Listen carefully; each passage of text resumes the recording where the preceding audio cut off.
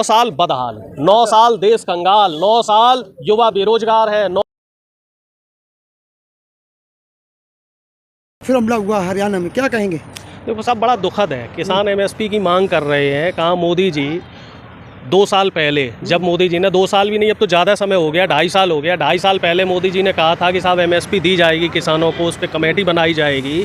1 महीने का समय दिया था और अब आप देख लीजिए 2.5 साल हो गए और किसान अपनी मांग के लिए अगर सरकार से के खिलाफ आंदोलन कर रहे हैं तो आप किसानों को लाठियां दे रहे हैं। तो ये कहीं ना कहीं मुझे लग रहा है किसानों के साथ जाती है। ये बिल्कुल जो है एक तरीके से हम कह सकते हैं कि ये क्रूरता है, तानाशाही है। और जो नई संसद में जो सेंगोल आपने स्थापित किया है वो कहीं ना कहीं उस तानाशाही को दिखा रहा है कि साहब किस तरीके से हमारी सरकारें तानाशाह हो गई हैं। जो हमारे अन्नदाता सड़क पे हैं और वो अपनी मांग के लिए सड़क पे बैठे हुए हैं, तो आप उनको शांतिपूर्ण तरीके से हटा भी सकते थे।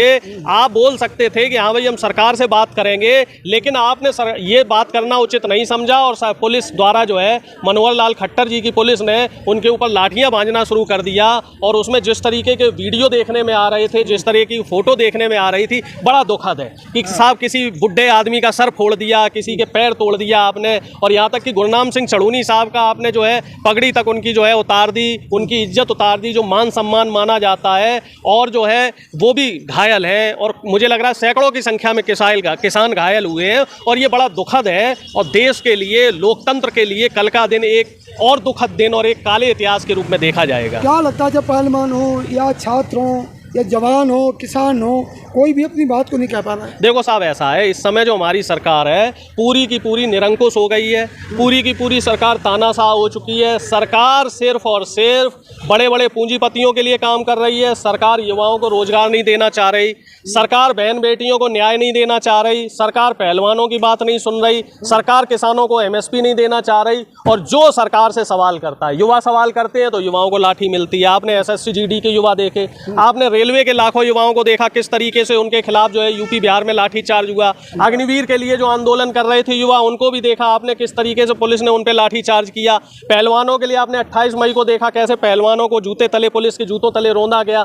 अब आप किसानों को देख रहे हैं, पहले तो लखीमपुर खीरी में किसानों के ऊपर गाड़ी चढ़ाई गई, उनकी हत्या की गई। और कल जो है हरियाणा में जिस तरीके से जो घटना हुई है वो बड़ी दुखद है, बड़ी शर्मनाक है। मोदी जी को शर्म आनी चाहिए और मुख्यमंत्री खट्टर साहब को भी शर्म आनी चाहिए कि आप अन्नदाता के खिलाफ इस तरीके का काम कर रहे हैं। 9 साल बेमिसाल का दावा दे रहे हैं और आप दूसरी ओर बैठे। देखो साहब, 9 साल बदहाल, 9 साल देश कंगाल, 9 साल युवा बेरोजगार है, 9 साल में किसानों की आत्महत्याओं की दरें देख लीजिए आप। चाहे कर्नाटक हो, चाहे महाराष्ट्र हो, तमाम राज्यों में आप आत्महत्याओं के किसानों के आंकड़े उठा के देख लीजिए।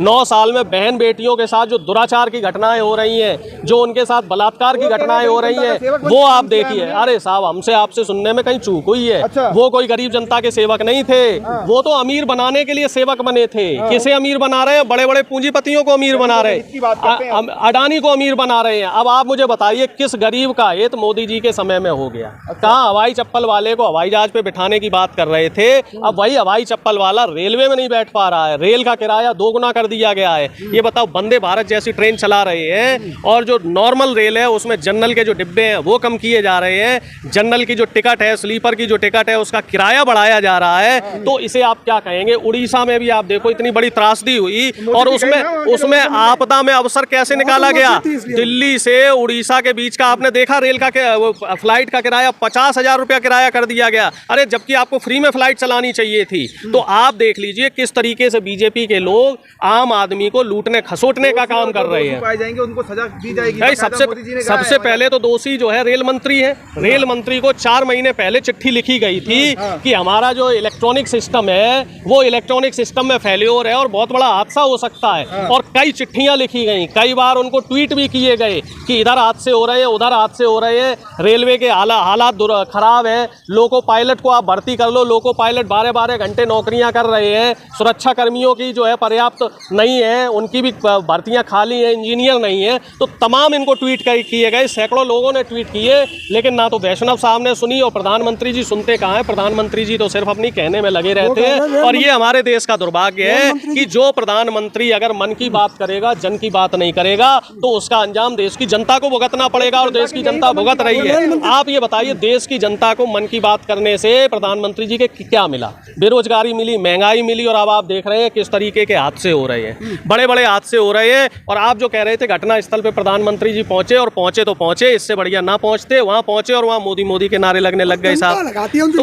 तो लोकप्रियता नहीं है। आपको सुख और दुख देखना चाहिए कि आप मातम में जा रहे हैं, और बीजेपी के ऐसे कार्यकर्ताओं के खिलाफ कार्रवाई होनी चाहिए, और अश्विनी वैष्णव जी को शर्म आनी चाहिए। वो वहां भारत माता की जय के नारे लगवा रहे हैं। आप भारत माता की वंदे वंदे। हमेशा एक ही मोड में रहते हैं, देश प्रेम, लाशों पे देश प्रेम करेंगे। वहाँ एक तरफ आदमी मर रहा है और आप वंदे मातरम और भारत माता की जय कर रहे हैं। शर्म आनी चाहिए ऐसे लोगों को, ऐसे रेल मंत्री को शर्म आनी चाहिए।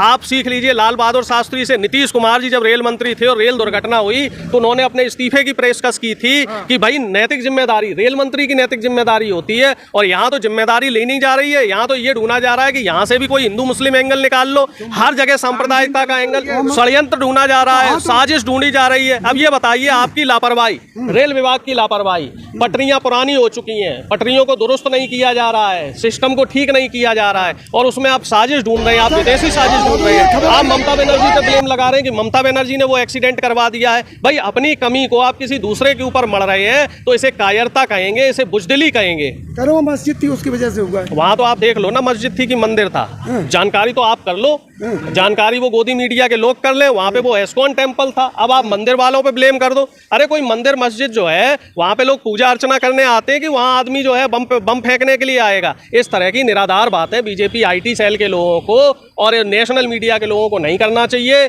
जिम्मेदारी तय होनी चाहिए, जिसकी जिम्मेदारी है इस घटना में उसको के खिलाफ कार्रवाई हो, उसको सख्त से सख्त सजा मिले, और इस तरीके की जो लापरवाही रही उस लापरवाही की जांच के बाद ये देखा जाए कि कमी कहां रही है, तो उस कमी को सुधारा जाए। विपक्ष के ऊपर भाई सीबीआई की जांच में क्या निकलेगा? पहले तो रेलवे विभाग की एक इंटरनल जांच होनी चाहिए थी। सीबीआई क्या जांच करके क्या निकाल लेगा वहां पे?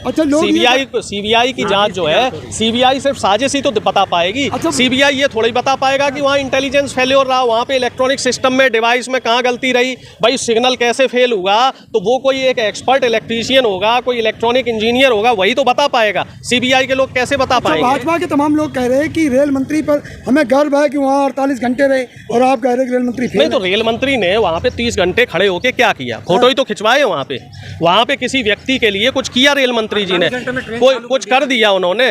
वो लाइन तो चालू वैसे भी हो जाती, रेल मंत्री वहाँ नहीं होते तो वैसे भी रेल चालू हो जाती। अरे रेल मंत्री जी को वहाँ नैतिक जिम्मेदारी लेते हुए इस्तीफा देना चाहिए था। अच्छा। और जो दोषी थे उनके खिलाफ अब तक कार्रवाई हो जानी चाहिए थी। लीपापोती का काम हो रहा है, पूरा का पूरा, पूरी की पूरी लीपापोती हो रही है, और एक दूसरे के ऊपर जो है पाले में गेंद फेंकी जा रही है। हिंदू मुस्लिम का एंगल ढूंढा जा रहा है, इसमें विदेशी साजिश ढूंढी जा रही है। राजनीति कर रही है, उसमें नहीं बोले आप? नहीं, ममता बनर्जी क्या विपक्ष का काम होता है सवाल करना? वो तो सवाल करेंगे भाई, चाहे ममता बनर्जी हो, चाहे कोई भी विपक्ष का नेता हो, विपक्ष का नेता तो सवाल करेगा। भाई कमी आपकी रही, आप वही प्रधानमंत्री है जब बंगाल में एक पुल गिर जाता है और चुनाव के समय जाके ये कहते हैं कि बंगाल की जनता के लिए संदेश है, जो ये पुल गिरा है ये भ्रष्टाचार का पुल गिरा है, तब प्रधानमंत्री जी राजनीति नहीं कर रहे थे। भाई सियासतदारों का काम होता है सियासत करना, राजनीति करना। विपक्ष अगर सरकार से सवाल नहीं करेगा तो कौन करेगा? और प्रधानमंत्री जी एक बात ये बताएं कि प्रधानमंत्री जी आखिर वहाँ करने क्या गए थे? वहाँ कपड़े ड्रेसें बदलने गए थे, वहाँ जो है अपनी जय जयकार के नारे लगवाने गए थे,